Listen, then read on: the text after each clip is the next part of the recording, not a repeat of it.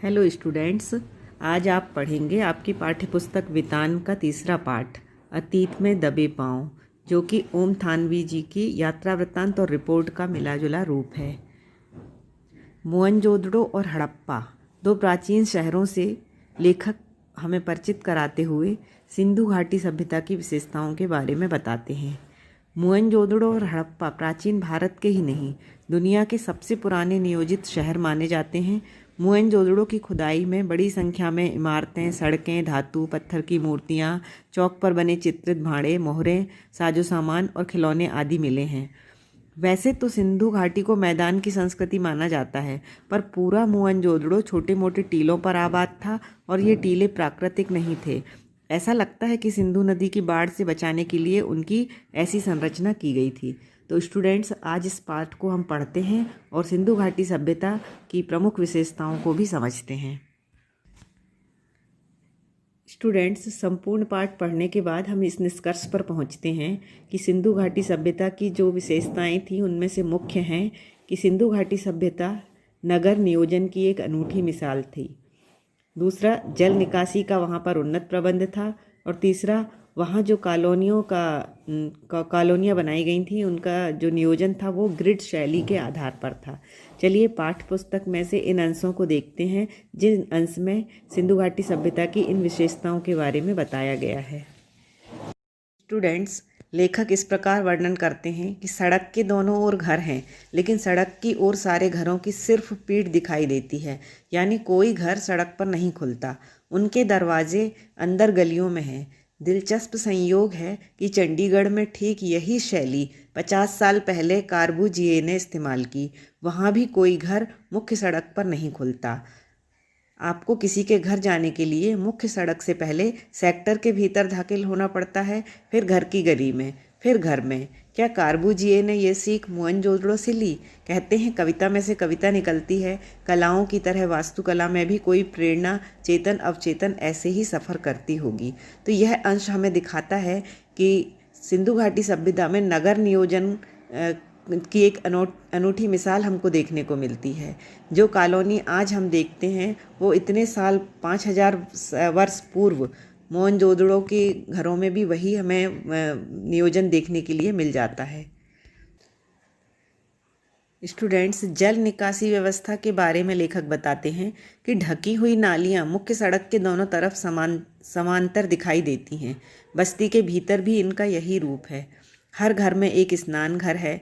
घरों के भीतर से पानी या मैल की नालियां बाहर हौदी तक आती हैं और फिर नालियों के जाल से जुड़ जाती हैं। कहीं कहीं वे खुली हैं पर ज़्यादातर बंद हैं। स्वास्थ्य के प्रति मोहनजोदड़ो के बाशिंदों के सरोकार का एक यह बेहतर उदाहरण है। बस्ती के भीतर छोटी सड़कें हैं और उनसे भी छोटी गलियां हैं। छोटी सड़कें 9 से 12 फुट तक चौड़ी हैं। इमारतों से पहले जो चीज़ दूर से आपका ध्यान खींचती है वह है कुओं का प्रबंध। ये कुएं भी पकी हुई एक ही आकार की ईंटों से बने हैं। इतिहासकार कहते हैं कि सिंधु घाटी सभ्यता संसार में पहली ज्ञात संस्कृति है जो कुएं खोदकर भूजल तक पहुंची, और उनके मुताबिक केवल मोहनजोदड़ो में 700 के करीब कुएं थे। स्टूडेंट्स, लेखक बताते हैं कि नगर नियोजन की मोहनजोदड़ो अनूठी मिसाल है।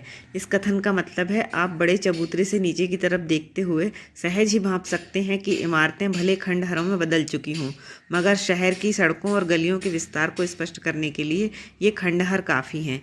यहाँ की कमोवेश सारी सड़कें सीधी हैं या फिर आड़ी। आज वास्तुकार इसे ग्रिड प्लान कहते हैं। आज की सेक्टर मार्का कॉलोनियों में हमें आड़ा सीधा नियोजन बहुत मिलता है, लेकिन वह रहन सहन को नीरस बनाता है। शहरों में नियोजन के नाम पर भी हमें अराजकता ज़्यादा हाथ लगती है।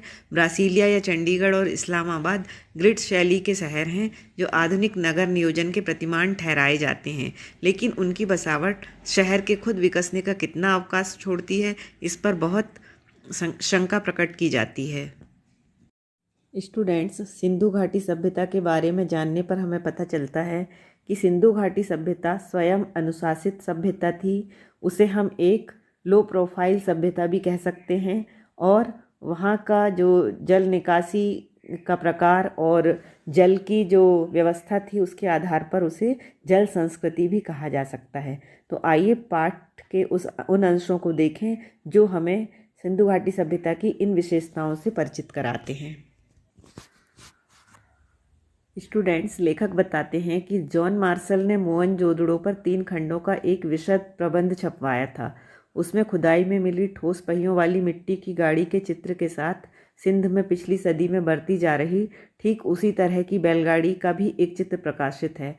तस्वीर से उन्होंने एक सतत परंपरा का इजहार किया। हालांकि कमानी या आरे वाली पहिए का आविष्कार बहुत पहले हो चुका था। जब मैं छोटा था हमारे गांव में भी लकड़ी वाले ठोस पहिए बैलगाड़ी में जुड़ते थे। दुल्हन पहली दफ़ा इसी बैलगाड़ी में ससुराल जाती थी। बाद में हमारे यहाँ भी बैलगाड़ी में आरे वाले पहिए जुड़ने लगे। अब तो उसमें जीप के उतारू पहिए लगते हैं। हवाई जहाज़ के उतारू पहिए बाजार में आने के बाद ऊँट गाड़े का भी आविष्कार हो गया। रेगिस्तान के जहाज़ से हवा के जहाज़ का यह ऐतिहासिक गठजोड़ है। हालांकि कहना मुश्किल है कि दुल्हन की सवारी के रूप में बैलगाड़ी या ऊँट गाड़े का अब वहाँ कभी इस्तेमाल होता होगा। हमारे मेज़बान ने ध्यान दिलाया कि मोहनजोदड़ो का अजायब घर देखना अभी बाकी है।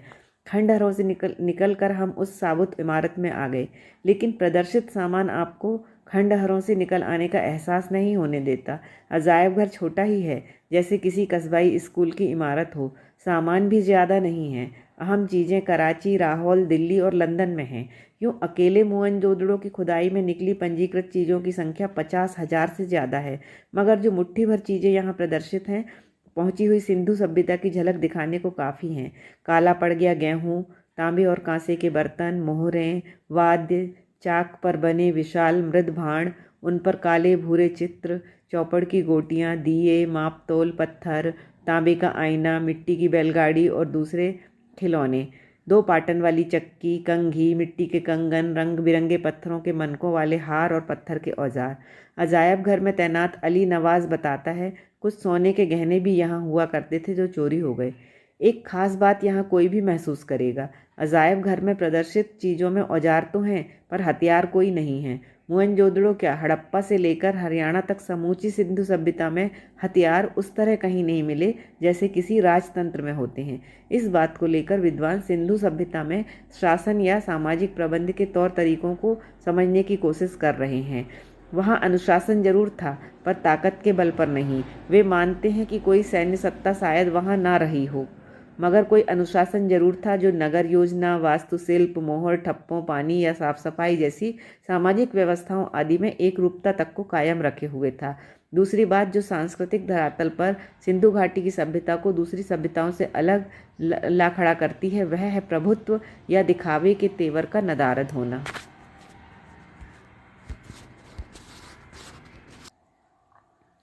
दूसरी ही जगहों पर राजतंत्र या धर्मतंत्र की ताकत का प्रदर्शन करने वाले महल, उपासना स्थल, मूर्तियां और पिरामिड आदि मिलते हैं। हड़प्पा संस्कृति में न भव्य राजप्रासाद मिले हैं, न मंदिर। लेखक कहते हैं कि सिंधु घाटी के लोगों में कला या सुरुचि का महत्व ज़्यादा था।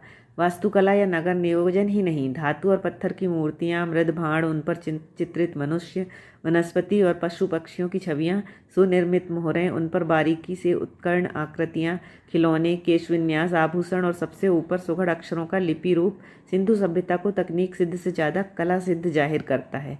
एक पुरातत्व वेत्ता के मुताबिक सिंधु सभ्यता की खूबी उसका सौंदर्य बोध है, जो राज पोषित या धर्म पोषित न होकर समाज पोषित था। शायद इसलिए आकार की भव्यता की जगह उसमें कला की भव्यता दिखाई देती है। स्टूडेंट्स, सिंधु घाटी सभ्यता एक लो प्रोफाइल सभ्यता भी कहलाती है। न राजाओं महंतों की समाधियाँ, यहाँ के मूर्ति शिल्प छोटे हैं और औजार भी। मोहनजोदड़ो के नरेश के सिर पर जो मुकुट है, शायद उससे छोटे सिरपेंच की कल्पना भी नहीं की जा सकती हो।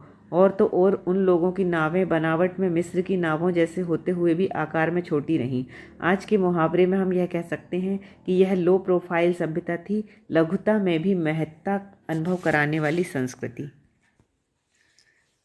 तो चलिए स्टूडेंट, सिंधु घाटी सभ्यता की विशेषताओं को समझने के बाद अब पाठ्य पुस्तक के प्रश्नों को देखते हैं और समझते हैं। तो पहला प्रश्न है, सिंधु सभ्यता साधन संपन्न थी पर उसमें भव्यता का आडंबर नहीं था। सिंधु सभ्यता के शहर मोहनजोदड़ो की व्यवस्था, साधन और नियोजन के विषय में खूब चर्चा हुई है। इस बात से सभी प्रभावित हैं कि वहाँ की अन्न भंडारण व्यवस्था, जल निकासी की व्यवस्था अत्यंत परिपक्व और विकसित थी। हर निर्माण बड़ी बुद्धिमानी के साथ किया गया था, यह सोचकर कि यदि सिंधु का जल बस्ती तक फैल भी जाए तो कम से कम नुकसान हो। इन सारी व्यवस्थाओं के बीच इस सभ्यता की संपन्नता बहुत ही कम हुई है। वस्तुतः इसमें भव्यता का आडंबर है ही नहीं। व्यापारिक व्यवस्थाओं की जानकारी मिलती है, मगर सब कुछ आवश्यकताओं से ही जुड़ा हुआ है। भव्यता का प्रदर्शन कहीं नहीं मिलता। संभवतः वहाँ की लिपि पढ़ ली जाने वाली के बाद में इस विषय में और अधिक जानकारी मिले। स्टूडेंट्स, अगला प्रश्न है कि सिंधु सभ्यता की खूबी उसका सौंदर्य बोध है, जो राज पोषित या धर्म पोषित न होकर समाज पोषित था। ऐसा क्यों कहा गया है? तो इसका उत्तर देखते हैं। सिंधु घाटी के लोगों में कला या सुरुचि का महत्व ज़्यादा था। वास्तुकला या नगर नियोजन ही नहीं, धातु और पत्थर की मूर्तियाँ, मृदु भांडे, उन पर चित्रित मनुष्य, वनस्पति और पशु पक्षियों की छवियाँ, सुनिर्मित मोहरें, उन पर बारीकी से उत्कीर्ण आकृतियाँ, खिलौने, केश विन्यास, आभूषण और सबसे ऊपर सुघड़ अक्षरों का लिपि रूप सिंधु सभ्यता को तकनीक सिद्ध से ज़्यादा कला सिद्ध जाहिर करता है। खुदाई के दौरान जो भी वस्तुएं मिली या फिर जो भी निर्माण शैली के तत्व मिले, उन सभी से यही बात निकल कर आती है कि सिंधु सभ्यता समाज प्रधान थी। वह व्यक्तिगत न होकर सामूहिक थी। इसमें ना तो किसी राजा का प्रभाव था और ना ही किसी धर्म विशेष का। इतना अवश्य है कि कोई ना कोई राजा होता होगा, लेकिन राजा पर आश्रित यह सभ्यता नहीं थी। इन सभी बातों के आधार पर यह बात कही जा सकती है कि सिंधु सभ्यता का सौंदर्य समाज पोषित था। स्टूडेंट्स, अगला प्रश्न देते हैं। पुरातत्व के किन चिन्हों के आधार पर यह कह सकते हैं कि सिंधु सभ्यता ताकत से शासित होने की अपेक्षा समझ से अनुशासित सभ्यता थी? तो सिंधु सभ्यता से जो अवशेष प्राप्त हुए हैं उनमें औजार तो हैं पर हथियार नहीं हैं। मोहनजोदड़ो, हड़प्पा से लेकर हरियाणा तक समूची सिंधु सभ्यता में हथियार उस तरह नहीं मिले जैसे किसी राजतंत्र में होते हैं। दूसरी जगहों पर राजतंत्र या धर्मतंत्र की ताकत का प्रदर्शन करने वाले महल, उपासना स्थल, मूर्तियाँ और पिरामिड आदि मिलते हैं। हड़प्पा संस्कृति में न भव्य प्रासाद मिले हैं, न मंदिर, न राजाओं व महंतों की समाधियाँ। मोहनजोदड़ो से मिला नरेश के सिर का मुकुट भी बहुत छोटा है। इन सब के बावजूद यहाँ ऐसा अनुशासन जरूर था जो नगर योजना, वास्तुशिल्प, मोहर ठप्पों, पानी या साफ सफाई जैसी सामाजिक व्यवस्थाओं में एकरूपता रखे हुए था। इन आधारों पर विद्वान यह मानते हैं कि यह सभ्यता समझ से अनुशासित सभ्यता थी, ना कि ताकत से। अगला प्रश्न है, यह सच है यहाँ किसी आंगन की टूटी फूटी सीढ़ियाँ अब आपको कहीं नहीं ले जाती। वे आकाश की तरफ अधूरी रह जाती हैं, लेकिन उन अधूरे पायदानों पर खड़े होकर अनुभव किया जा सकता है कि आप दुनिया की छत पर हैं। वहाँ से आप इतिहास को नहीं, उसके पार झांक रहे हैं। इस कथन के पीछे लेखक का क्या आशय है? तो स्टूडेंट्स, इस कथन के पीछे लेखक का आशय यही है कि खंडहर होने के बाद भी पायदान बीते इतिहास का पूरा परिचय देते हैं। इतनी ऊंची छत पर स्वयं चढ़कर इतिहास का अनुभव करना एक बढ़िया रोमांच है। सिंधु घाटी की सभ्यता केवल इतिहास नहीं है, बल्कि इतिहास के पार की वस्तु है। इतिहास के पार की वस्तु को इन अधूरे पायदानों पर खड़े होकर भी देखा जा सकता है। ये अधूरे पायदान यही दर्शाते हैं कि विश्व की दो सबसे प्राचीन सभ्यताओं का इतिहास कैसा रहा।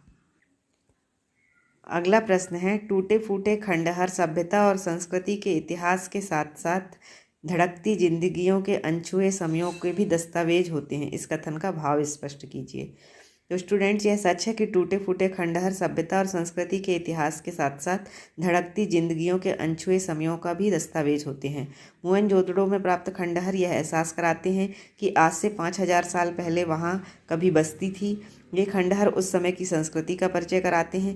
लेखक कहता है कि इस आदिम शहर के किसी भी मकान की दीवार पर पीठ टिकाकर सुस्ता सकते हैं, चाहे वह एक खंडहर ही क्यों ना हो। किसी घर की देहरी पर पांव रखकर आप सहसा सहम सकते हैं।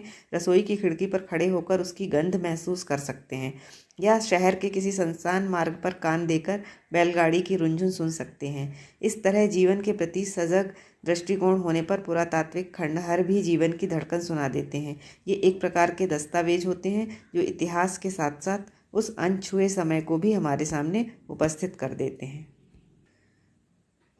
स्टूडेंट्स, एक और प्रश्न है जो कि बहुत ही महत्वपूर्ण है। नदी, कुएं, स्नानागार और बेजोड़ निकासी व्यवस्था को देखते हुए लेखक पाठकों से प्रश्न पूछता है कि क्या हम सिंधु घाटी सभ्यता को जल संस्कृति कह सकते हैं? आपका जवाब लेखक के पक्ष में है या विपक्ष में, तर्क दें। तो स्टूडेंट्स, सिंधु घाटी सभ्यता में नदी, कुएं, स्नानागार व बेजोड़ निकासी व्यवस्था के अनुसार लेखक इसे जल संस्कृति की संज्ञा देता है, और हम भी देखें तो हम इस बात से पूर्णतः सहमत हैं कि सिंधु सभ्यता को जल संस्कृति कह सकते हैं। इसके समर्थन में निम्नलिखित कारण हैं। पहला तो यह सभ्यता नदी के किनारे बसी हुई है। मोहनजोदड़ो के निकट सिंधु नदी बहती है।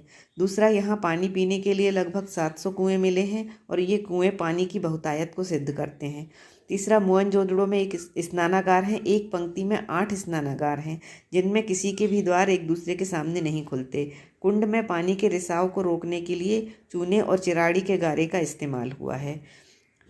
चौथा, जल निकासी के लिए नालियाँ व नाले बने हुए हैं जो पक्की ईंटों से बने हैं। तो स्टूडेंट्स, इस तरह हमने सिंधु घाटी सभ्यता की प्रमुख विशेषताओं और पाठ से संबंधित कुछ प्रश्न उत्तरों को देखा। किंतु स्टूडेंट्स, इस पाठ की खूबसूरती को देखने के लिए, सिंधु घाटी सभ्यता को समझने के लिए इस पूरे पाठ का अध्ययन करना आवश्यक है। तो आप इस पाठ के वाचन का वीडियो अवश्य देखें।